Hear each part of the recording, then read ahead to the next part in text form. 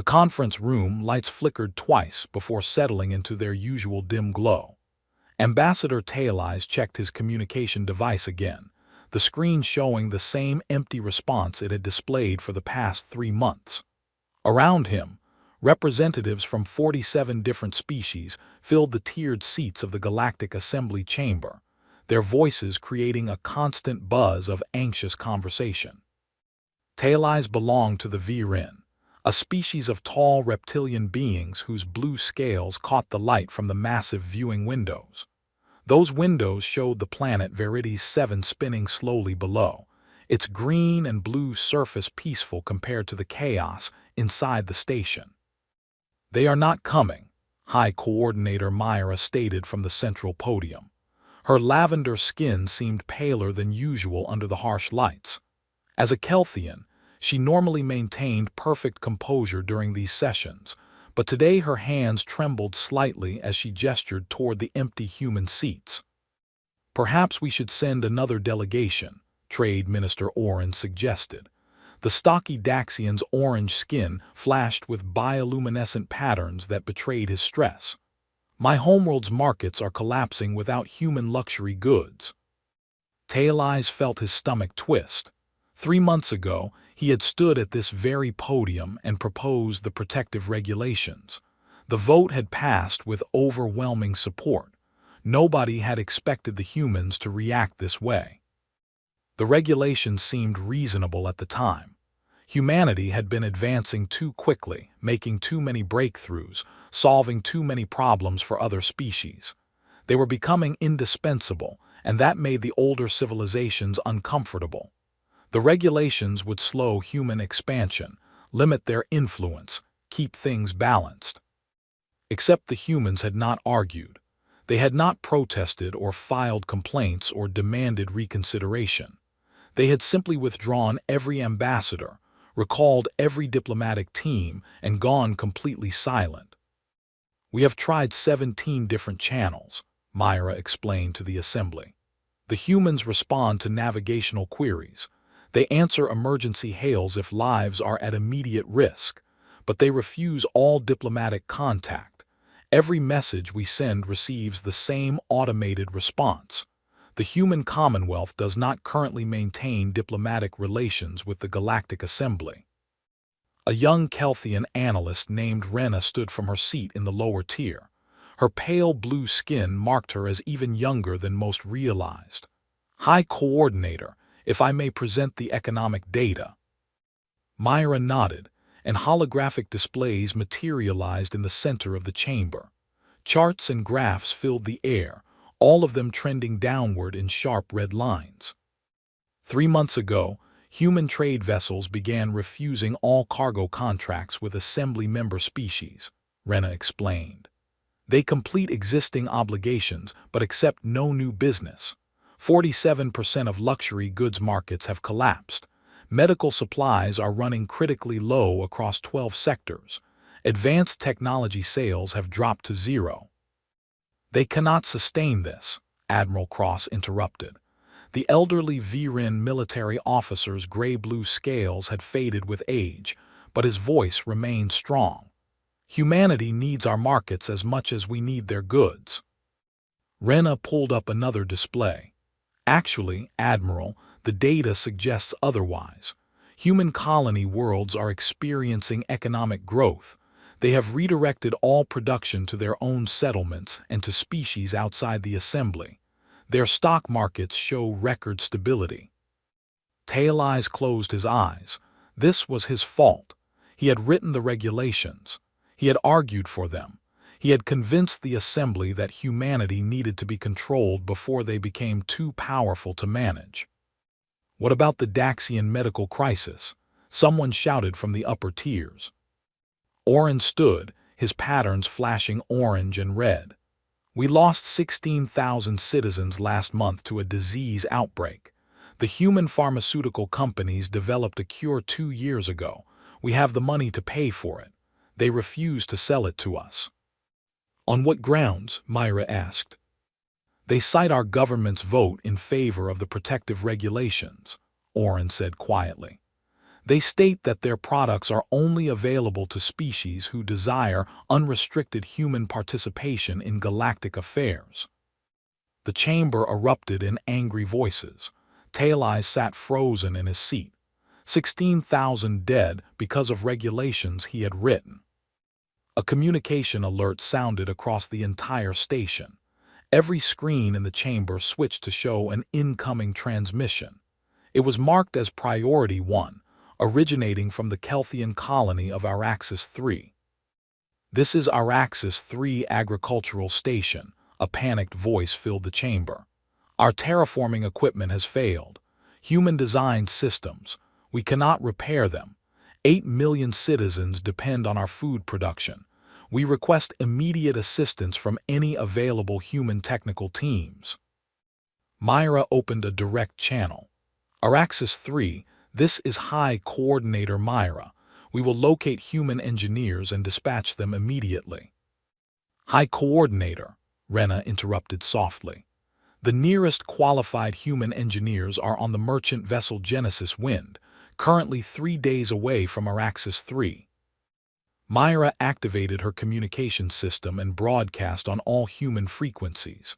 "This is High Coordinator Myra of the Galactic Assembly to all human Commonwealth vessels. We have an agricultural emergency on Araxis 3. 8 million lives are at risk. Please respond." Silence filled the chamber for 30 seconds. Then a calm female voice replied. "High Coordinator, this is Captain Hayes of the Genesis Wind. We received your transmission." Relief flooded through Tail Eyes. They would help. Of course they would help. Humans always helped. "Captain Hayes, can you divert to Araxis 3? Myra asked. "Negative, High Coordinator. We are currently under contract to deliver agricultural equipment to the independent colony of New Harmony.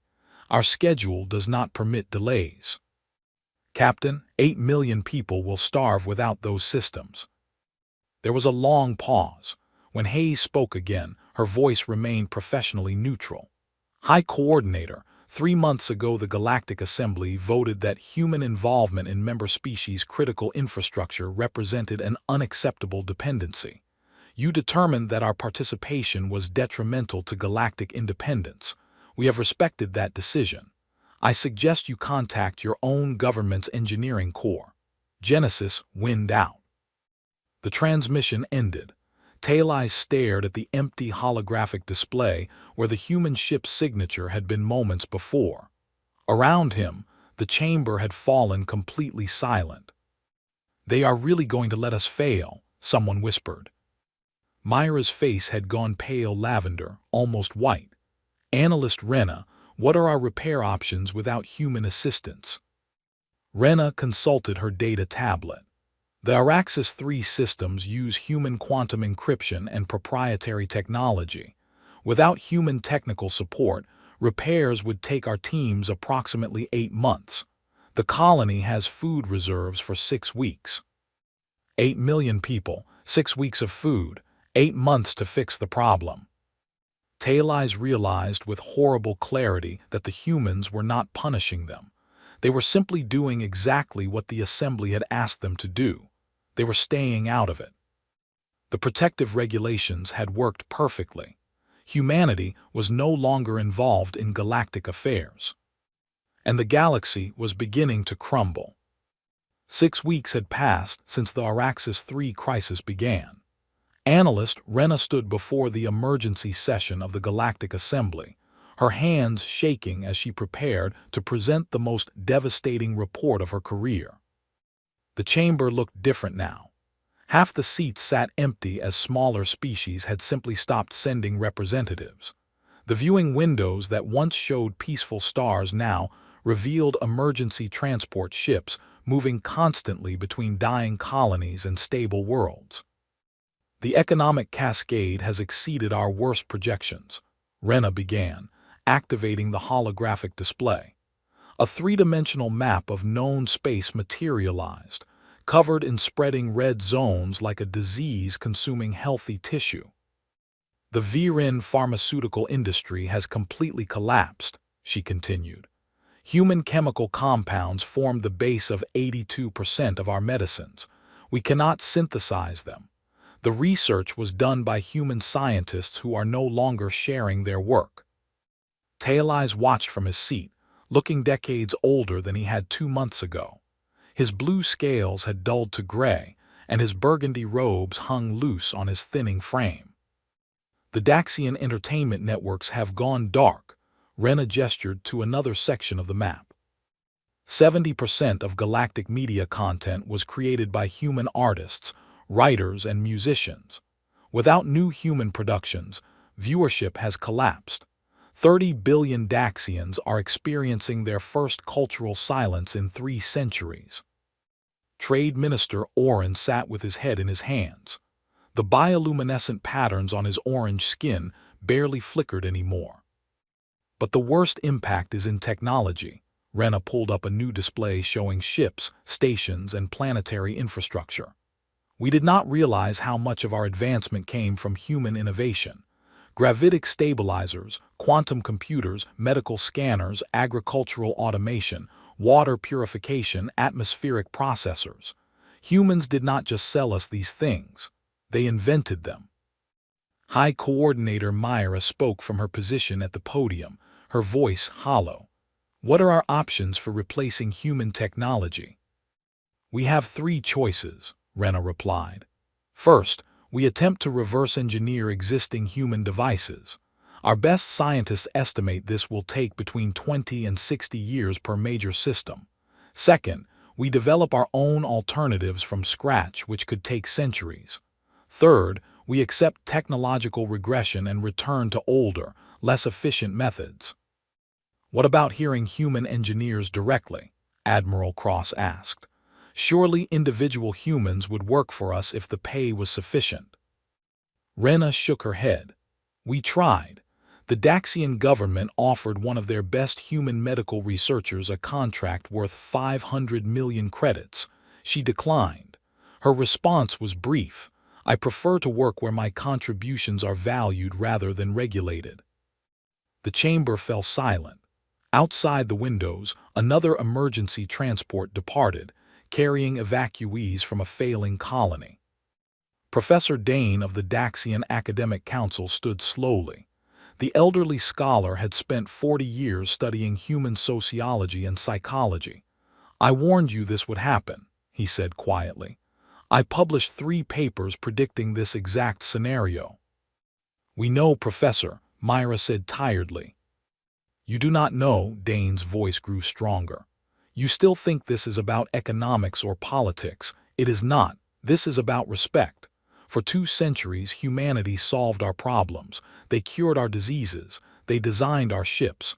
They taught at our universities. They fought in our wars when we asked. And how did we repay them? He activated his own display, showing the text of the protective regulations.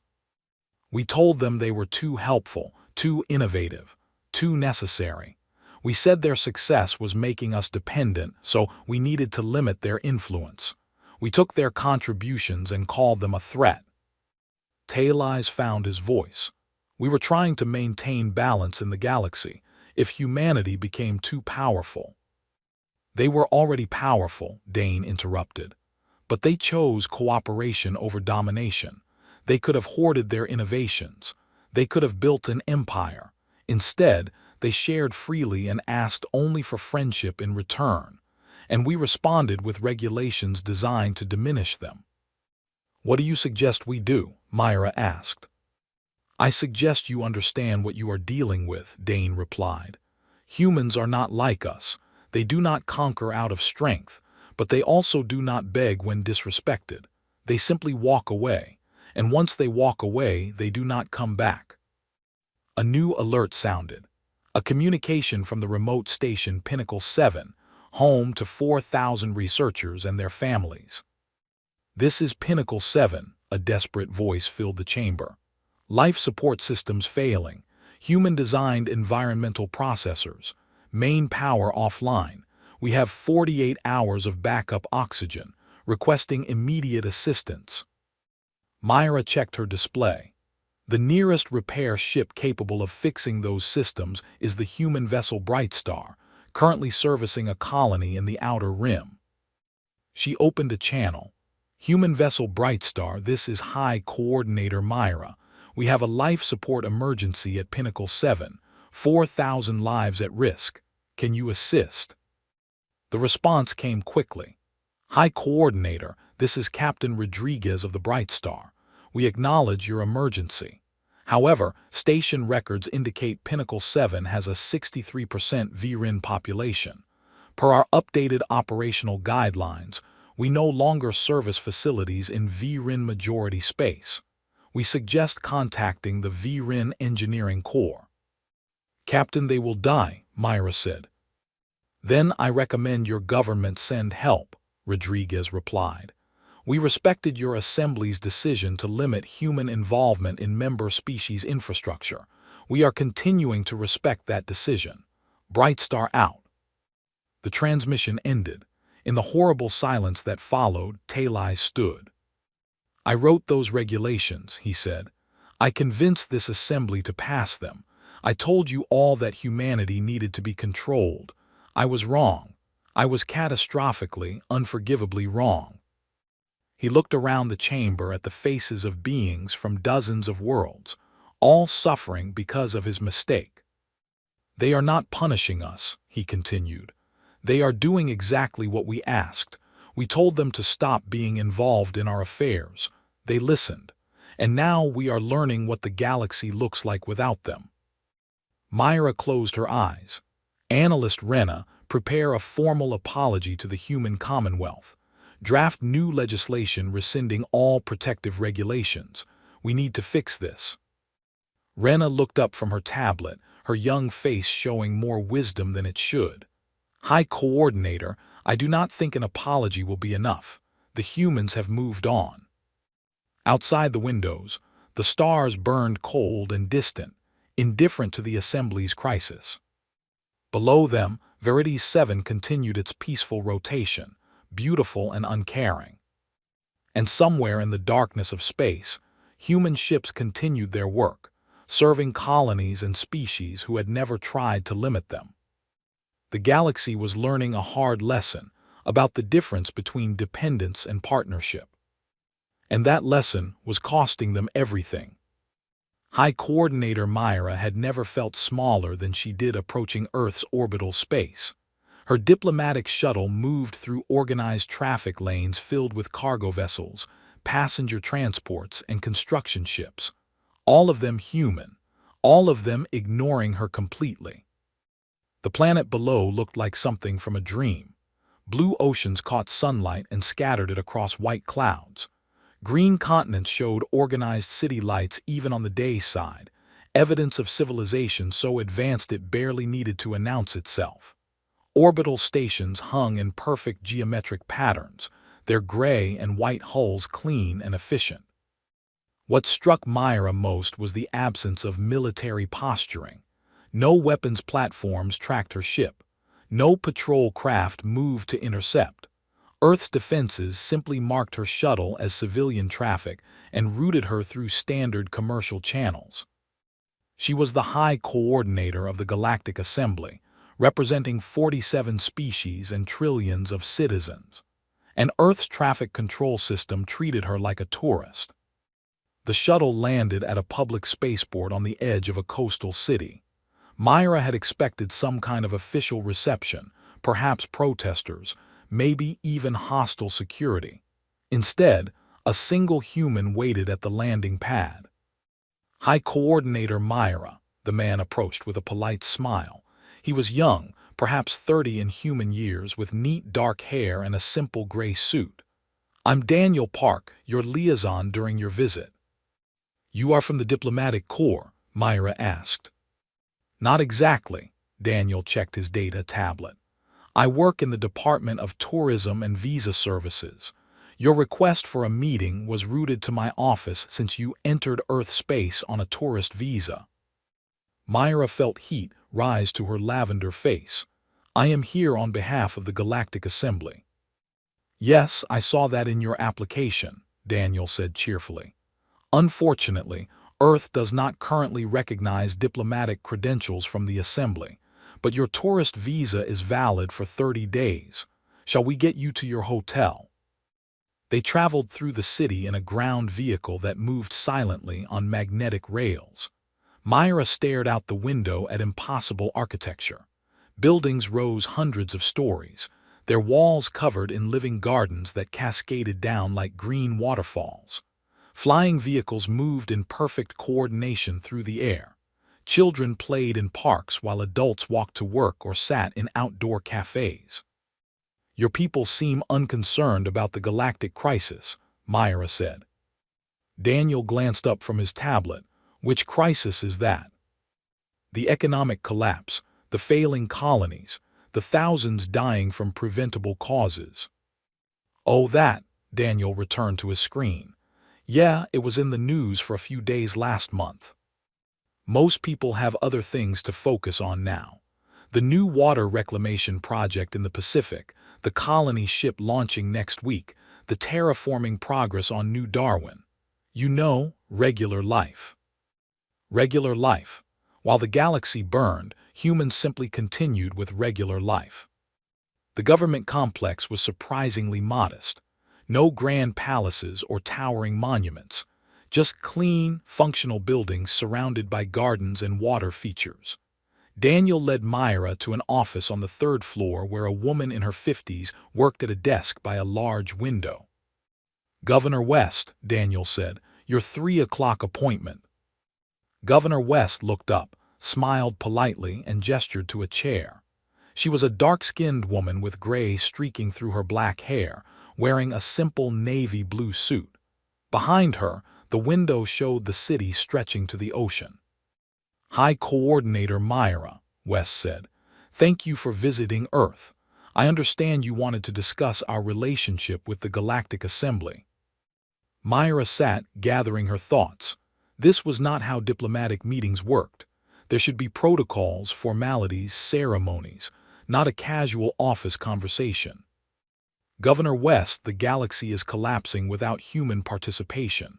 Medical systems failing, agricultural zones dying, technology breaking down, thousands are dead, millions more are at risk." West listened with polite attention, the way one might listen to a weather report. "I am here to formally apologize on behalf of the Galactic Assembly," Myra continued.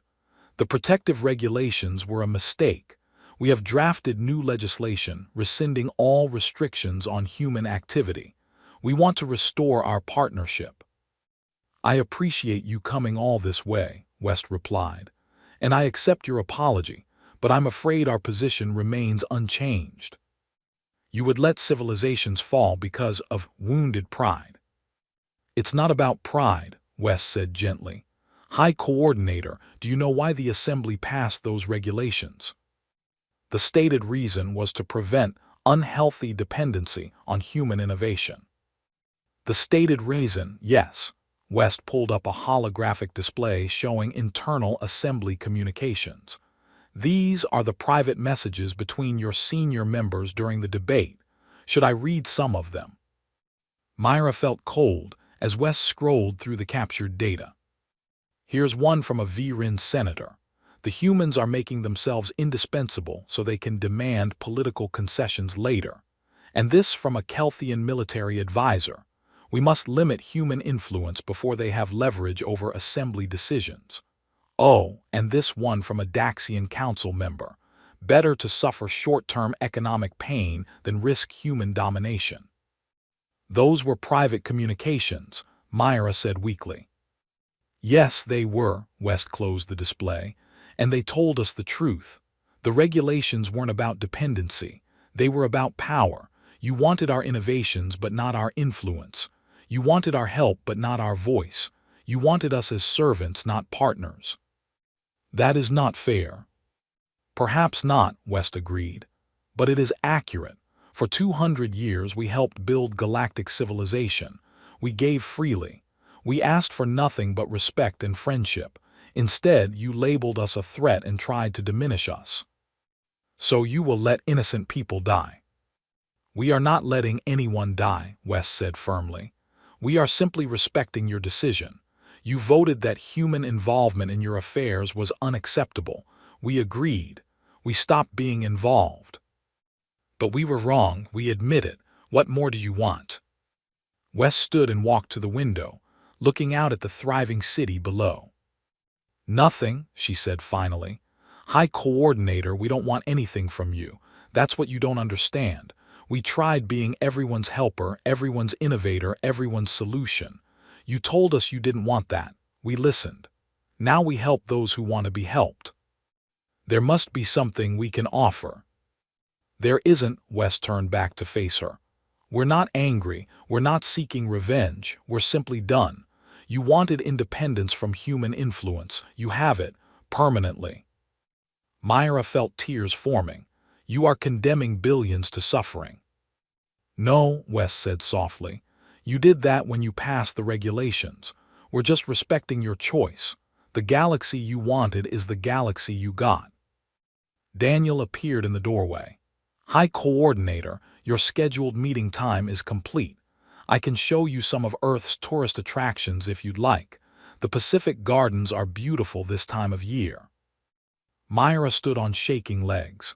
She had come to Earth to save the galaxy. Instead, she had learned that some doors, once closed, never opened again. Outside the window, Earth continued its day, beautiful and indifferent to the Assembly's crisis. And Myra understood that humanity had already moved on to building something new, something better, with people who valued them. The galaxy she knew was ending, and there was nothing she could do to stop it. The collapse happened faster than anyone predicted. 3 weeks after Myra returned from Earth empty-handed, the galaxy descended into chaos.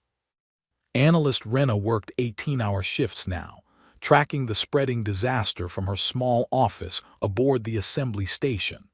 The holographic displays that surrounded her desk showed nothing but red warning indicators and declining graphs.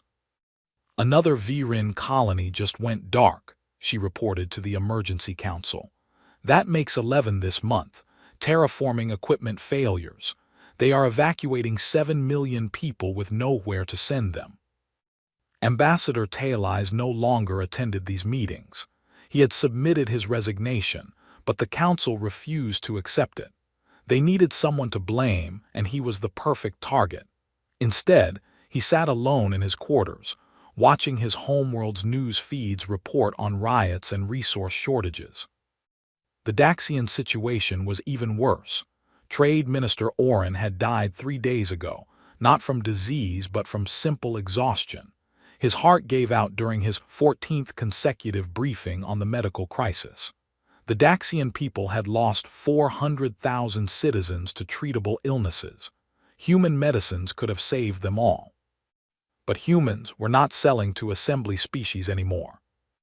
We have an interesting development, Rena said, pulling up new data. Human trade activity has actually increased over the past 2 months. They are moving more cargo than ever. To whom? High Coordinator Myra asked. She looked decades older, her lavender skin faded almost to white. Species outside the assembly, Rena explained. The Cryon Collective, the Yavali Federation, the independent colonies in the Outer Rim. Humans are offering them the same partnerships they once offered us. Technology transfers, medical research, educational programs, all freely given.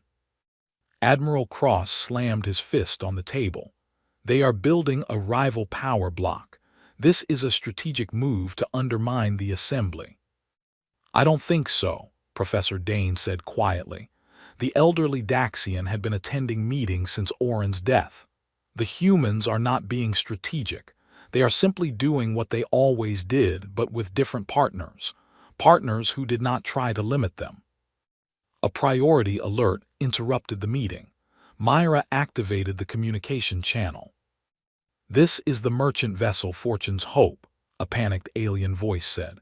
We were transporting critical medical supplies to Daxian Core when a Kelthian extremist group seized our ship. They are demanding we hand over our cargo and all human-designed navigation systems.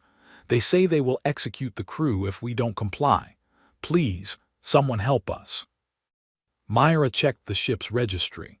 Fortune's Hope was a Cryan vessel, one of the species now allied with humanity, and they were under attack by Kelthian extremists who had decided to steal what they could no longer buy. "This is High Coordinator Myra to Fortune's Hope. Help is on the way. Can you identify your attackers?" "They call themselves the Liberation Front," the captain replied. "They say the galaxy should not have to beg humans for technology. They are taking it by force." Within minutes, the crisis became a disaster. The extremists killed 3 crew members and seized the ship. They broadcast their manifesto across all channels, calling for organized seizure of human technology wherever it could be found. The human response was immediate and absolute. Every human merchant ship in Kelthian space received recall orders. Within 6 hours, 200 vessels jumped to hyperspace and vanished. Human students at Kelthian universities were given 48 hours to leave. Human research teams working on Kelthian projects packed their equipment and departed without explanation. But worse than the departures were the cancellations. Every single contract between humans and Kelthian entities, from massive infrastructure projects to small academic exchanges, terminated simultaneously. No negotiations, no exceptions, just cold, professional contract termination notices. Admiral Cross tried to intervene. He sent a personal message to every human military officer he had ever served with, begging for understanding. The responses were identical. "We are sorry for your situation, Admiral, but we cannot maintain relationships with species whose governments tolerate violence against our allies." The Liberation Front quickly realized their mistake. They released Fortune's Hope and its surviving crew, surrendering to Kelthian authorities within hours. But the damage was done. The human withdrawal from Kelthian space was total and permanent. 3 days later, Admiral Cross stood in Myra's office with tears running down his gray-blue scales. "My daughter is on Research Station Apex 9, he said, his voice breaking. "Life support is failing. Human-designed systems. The nearest repair ship is the human vessel Steadfast, currently 10 hours away. I sent them a message." He played the recording. Cross, a decorated admiral who had commanded fleets and won wars, reduced to begging. "Captain Chen, this is Admiral Cross of the Viren Defense Force. My daughter is on Apex 9. She is 23 years old. She wants to be a doctor. Please, I am begging you, save her life. I will give you anything. My rank, my fortune, my honor. Please." The response came in a young woman's voice, professional and sympathetic. "Admiral Cross, we received your message. We understand this is a family emergency. However, the Viren government voted in favor of regulations specifically designed to reduce Viren dependence on human assistance. We are respecting that decision. We recommend you contact the Viren Engineering Corps for assistance. May your daughter find peace." Myra watched Cross collapse into a chair. "The Viren Engineering Corps says repairs will take 6 weeks. The station has 4 days of oxygen. We could send military ships to force the humans to help," Myra suggested weakly. "And then what?" Cross looked up, his face hollow. "They would defend themselves, we would lose, and even if we won, we cannot force them to care. We broke faith with them. This is the consequence." Professor Dane entered the office carrying a data pad. "I have been monitoring human news networks.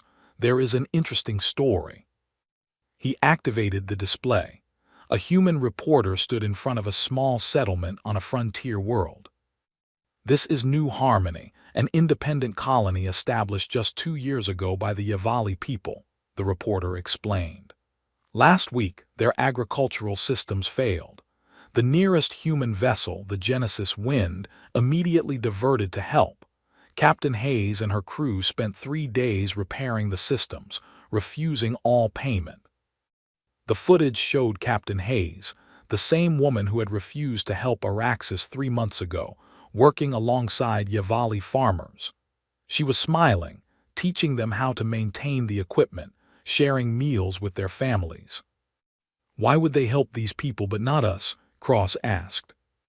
Because the Yavali never told them they were too helpful, Dane replied.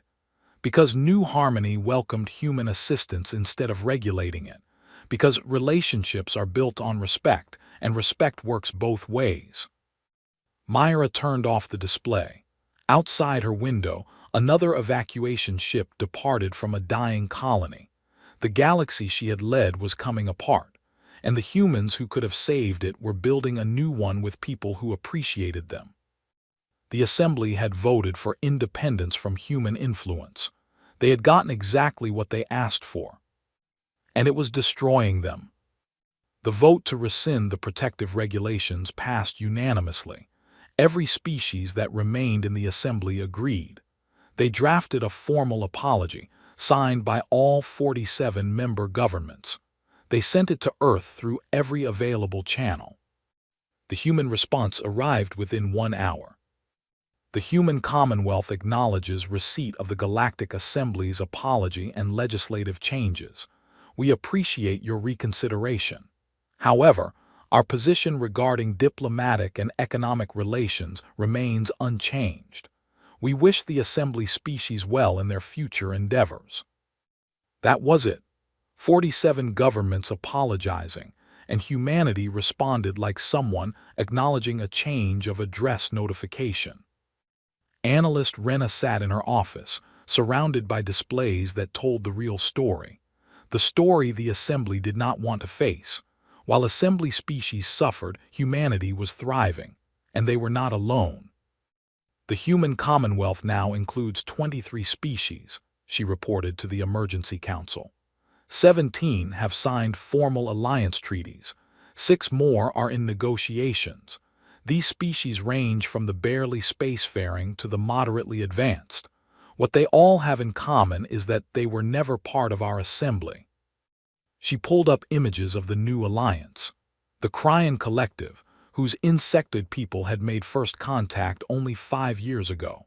The Yavali Federation, a peaceful species who had been too small to warrant Assembly membership. The Torani clans, nomadic traders who had always operated at the galaxy's edge. What are the humans offering them? Myra asked. The same things they offered us, Rena replied. Medical technology, agricultural systems, educational exchanges, cultural partnerships. They are sharing freely, teaching openly, building genuine relationships. Why them and not us? Professor Dane stood slowly, his aged frame bent with exhaustion. Because they never voted to limit human success. Because they welcomed human help instead of fearing human influence. Because they understand that partnership means mutual respect, not managed dependency. The council chamber fell silent. Through the viewing windows, the Assembly station looked smaller somehow, less significant against the vast cosmos. Then Rena pulled up something that made everyone freeze. I intercepted this yesterday, she said. Human News interview with Dr. Yuki Sato, one of their leading scientists. The hologram showed a middle-aged Japanese woman sitting in a comfortable studio. The interviewer, also human, asked her about the Assembly situation. Dr. Sato, many people wonder why humanity will not help the Assembly species despite their apology. Can you explain? Sato smiled sadly. It is not about the apology. Apologies are words. What matters is understanding. For 2 centuries, we helped build galactic civilization. We solved problems not because we wanted power, but because solving problems is what humans do. We are builders, helpers, fixers. It is part of our nature. But the Assembly feared that nature. They feared what it meant for their power structure, Sato replied. They were comfortable with us doing the hard work while they maintained political control. When we became too successful, too necessary, they tried to limit us. Not because we had done anything wrong, but because our success made them feel diminished. So humanity is punishing them. No, Sato said firmly. We are not punishing anyone. We are simply choosing where to invest our finite time and energy. The assembly taught us that our help was unwanted, so we found others who do want it. The Cryan people asked us to help with their medical crisis. We did. The Yavali needed agricultural technology. We shared it. The Torani wanted to learn about quantum engineering. We taught them.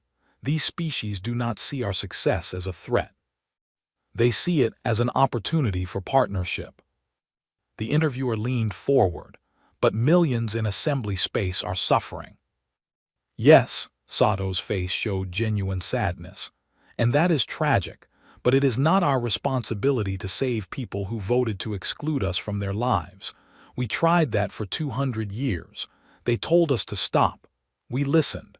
Now we are building something better with people who value mutual respect over hierarchy. The interview ended. In the council chamber, no one spoke. Finally, Ambassador Taylise entered. He had not attended a meeting in weeks, but now he walked to the center of the room and stood before them all. "I have been monitoring the Commonwealth news and communications," he said quietly. "I wanted to understand what we lost, so I analyzed their public broadcasts, their cultural exchanges, their scientific publications." He activated a display showing the vibrant new civilization growing at the galaxy's edge. "This is what we could have had," Taylise continued. "A true partnership of equals.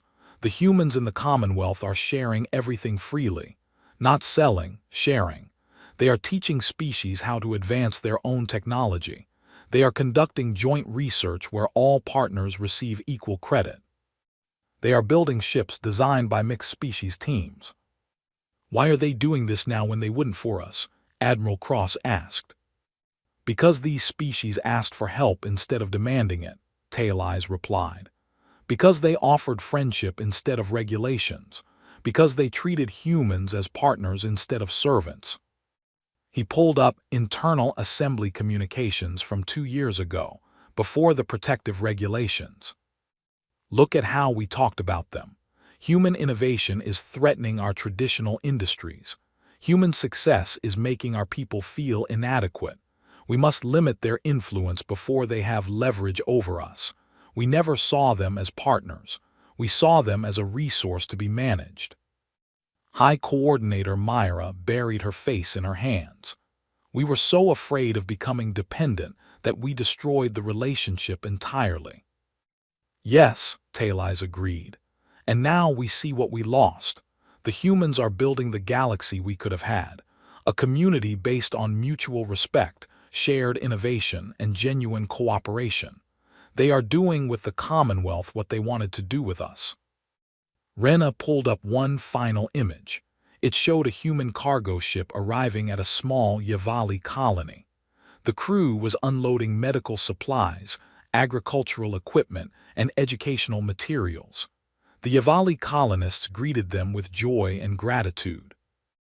"This is what humanity always wanted," Rena said softly.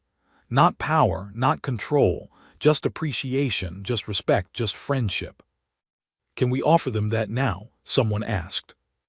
"No," Professor Dane replied, "because they have found it elsewhere, with species who offered it freely from the start. We had 200 years to build that relationship. We spent that time fearing their success instead of celebrating it. Some doors, once closed, do not reopen." The council sat in silence, watching the Commonwealth grow stronger while the assembly crumbled. They had voted for independence from human influence. They had received it, and now they understood the difference between independence and isolation. Humanity had moved on. The galaxy they were building would be magnificent, but the assembly would not be part of it. That chance had passed, and everyone in that chamber knew they had no one to blame but themselves. Outside, the stars burned cold and distant, indifferent to their regret. 15 months after the silence began, the galaxy looked completely different. The Galactic Assembly still existed. The station still orbited Veritas 7. Delegates still met in the Great Chamber, but everything had changed. The Assembly now represented only 19 species.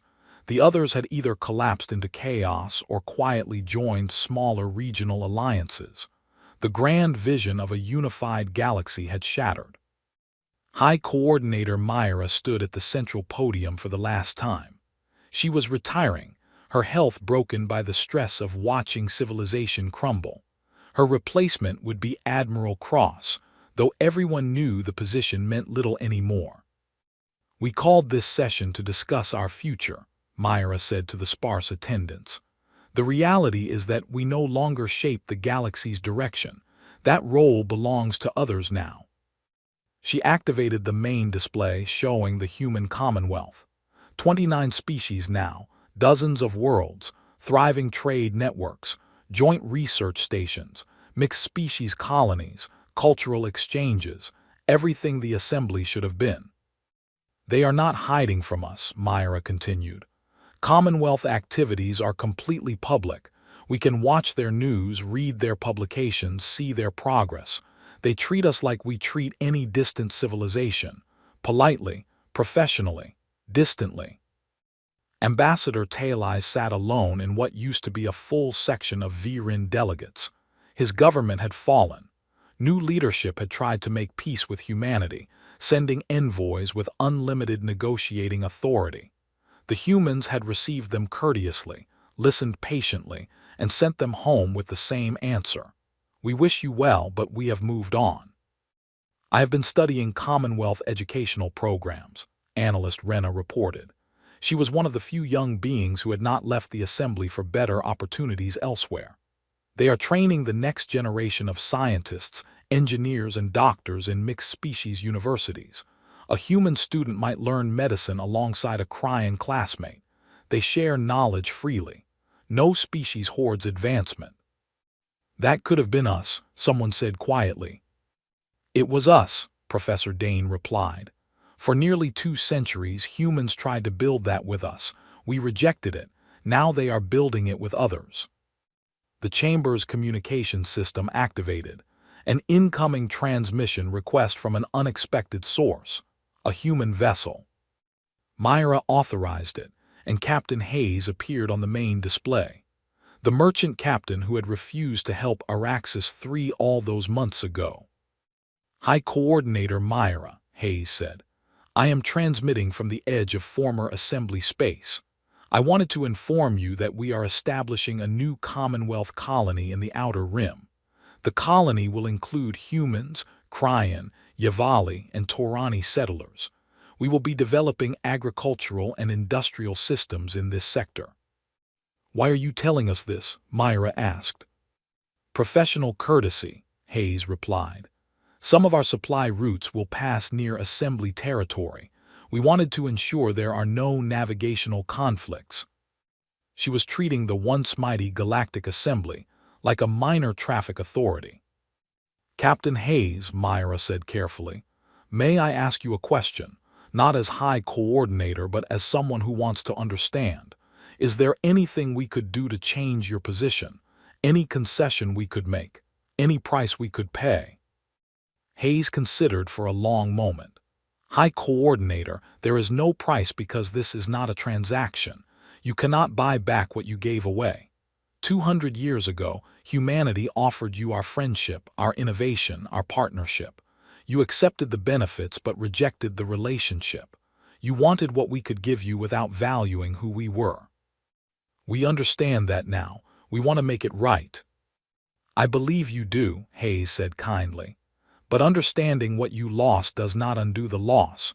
We built something with the Commonwealth species, real bonds, mutual respect, shared dreams. We cannot simply replace those relationships with the ones we used to have with you. It would not be fair to our current partners. So there is no hope for reconciliation." "I did not say that," Hayes replied. "Perhaps in a few generations, when the wounds have healed, when new leadership emerges, when both sides have learned and grown. But that is not a decision for me to make. That will be for our children's children to consider." The transmission ended. Myra stood at the podium, feeling the weight of history. They had thrown away something precious, and there was no getting it back. 3 days later, Myra attended the inauguration of Admiral Cross as the new High Coordinator. It was a small ceremony. No grand celebration, just a few officials and some archivists recording the transition for history. After the ceremony, Myra took a shuttle to Earth one last time, not on official business, just as a tourist using her remaining visa days. She walked through the cities she had seen before, now understanding what she was seeing. This was not a civilization in isolation. It was a civilization that had chosen different partners. In the parks, human children played alongside crying younglings. In the universities, mixed-species research teams collaborated freely. In the markets, goods from 24 worlds traded hands. Earth had not closed itself off. It had opened itself to those who valued it. In a quiet garden overlooking the ocean, Myra found a memorial. It listed the names of every human who had died while helping assembly species over the past 2 centuries. Scientists who gave their lives curing alien plagues, engineers who died fixing failing systems, teachers who devoted careers to educating other species' children. At the bottom, an inscription. They gave everything to build bridges between stars. May we honor their memory by building better ones. Myra stood there for a long time, reading names and understanding what they represented. Humanity had not abandoned the assembly out of spite or pride. They had simply taken the lesson to heart. Build bridges with those who value them. She returned to the assembly station knowing it was over. The galaxy would continue. The assembly might even survive in some reduced form, but the dream of a unified civilization was gone. Humanity had moved on to build that dream with others. Perhaps that was the real lesson.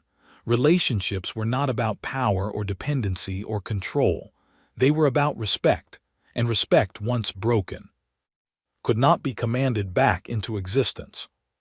High Coordinator Cross would try to rebuild. The assembly would adapt.